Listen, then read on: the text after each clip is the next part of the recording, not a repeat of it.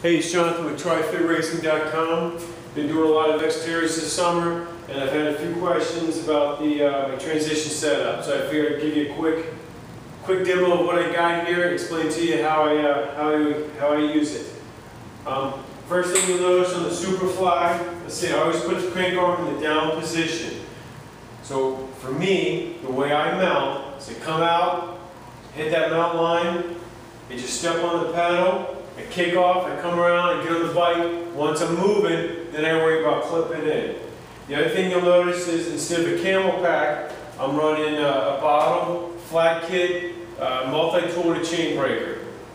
I normally try to pre-ride the course. I already have a feel for how technical and if I'm going to need any additional equipment. Otherwise, if it's pretty straightforward, worst thing I worry about is maybe a flat, then I'm ready to roll. I can always go back to the camel pack, but it's one less thing I got to worry about within transition.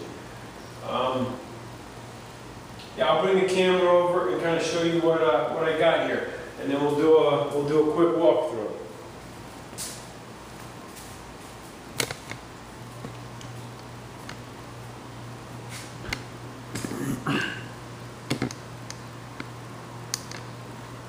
All right, let's see. I'm going to come into transition. I'm already going to have my swim stuff, my goggles cap off. I'm just going to toss them to get them out of the way, because you got to imagine you're going to have another bike with the rear tire sitting right in here. Shoes are open, ready to go.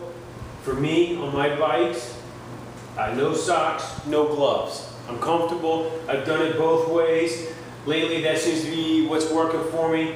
Again, it's just one less item you got to worry about in T1.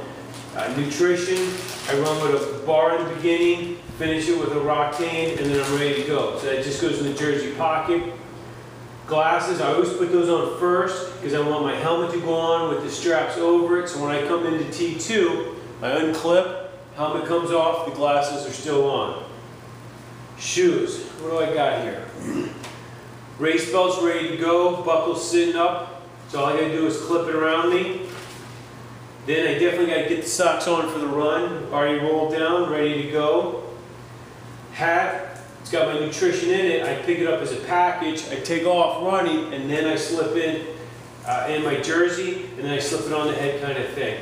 The only other piece that you might notice, again, it's just for me to keep things simple, speed laces, and then I'm running the Sunto. So I got the Sunto washed with the foot pod and the bike pod. The idea is I hit the start button in the swim.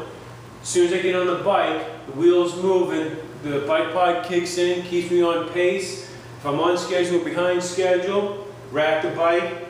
As soon as the feet are moving, the foot pod kicks in, same way. So that way nothing's moving between me or the bike, and then I don't have to have separate timing devices for the bike and for the run. I got the whole thing on my wrist telling me where I'm at. So we'll slide this back. I'll throw it all on. I'll do a quick lap around the camera for T1 to T2. And then if you got any questions, just shoot me an email. All right, let's see what we got here. So imagine I come in from the swim. I'm already gonna have my stuff off. I just toss it out of the way. Gotta be respectful to your neighbors. Jump in the shoe. The other thing that you'll see, for me in the shoe, I don't worry about getting them on. I just start the buckle, and then I do the rest once I'm on the bike. That's it. I would even do the buckles, but I'm not quite coordinated enough to do that and still pedal out of transition. So that's as far as I go with the shoes. Nutrition in the jersey pocket. Get the glasses, helmet. The other key that I'll do is to get the bike, one hand, I grab it by the stem, I push it back, and then I pull it through. When I rack the bike in the beginning, I've already checked the height. Is the seat going to clear? Because if not, then I already know that I need to lean it over, and I still got to be respectful of the guy next to me. I'm out on the bike, do my mount, or I step down on the pedal, swing on, off I go.